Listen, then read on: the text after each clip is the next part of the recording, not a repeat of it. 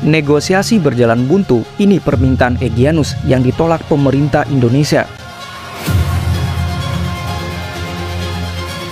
Egyanus Kogoya, pemuda 24 tahun asal Papua yang paling dicari TNI Polri saat ini.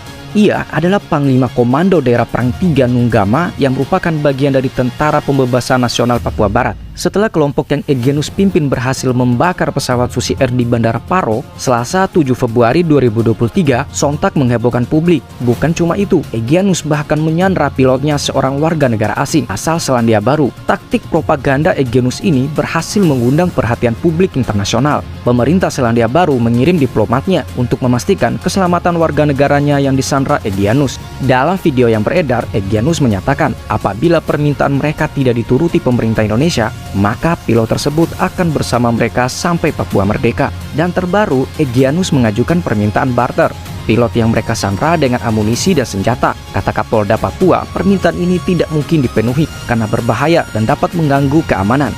Tentu merespon aksi Egyanus dan kawan-kawan, pemerintah tidak tinggal diam. Pada 10 Februari 2023, TNI Angkatan Darat mengirimkan pasukan tambahan di distrik Paro, Kabupaten Nungga untuk melakukan operasi penyelamatan pilot Susi Air tersebut.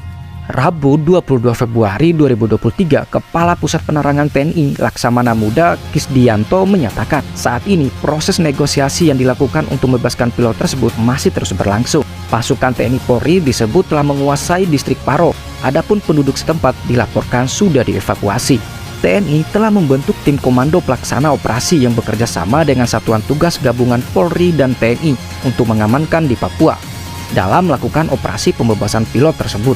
Dalam kasus ini, pemerintah kelihatan tidak ingin gegabah, apalagi yang disandra adalah warga negara asing, dan lebih mengutamakan pendekatan persuasif. Apabila sesuatu terjadi pada WNA tersebut, maka Indonesia akan menjadi pusat perhatian internasional, dan kasus ini menjadi isu internasional. Di tengah upaya penyelamatan sandra dengan pendekatan persuasif, Mahfud MD menegaskan tidak menutup kemungkinan diambil langkah dan upaya lain. Pada Selasa 21 Februari, Menko Polhukam Mahfud MD menyatakan pasukan keamanan telah mengepung lokasi penyanderaan tersebut. Namun saat pasukan siap bergerak, pemerintah Selandia Baru menuju ke Papua dan memohon agar tidak ada tindakan kekerasan.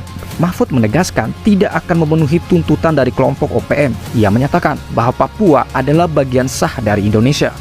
Di sisi lain, juru bicara OPM, Sembi Sambo menegaskan tidak akan membebaskan sandra jika tuntutan kemerdekaan dan negosiasi di meja perundingan internasional tidak dituruti.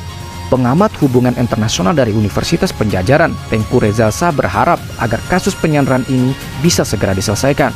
Karena jika berlarut, akan menimbulkan citra buruk bagi Indonesia di mata internasional.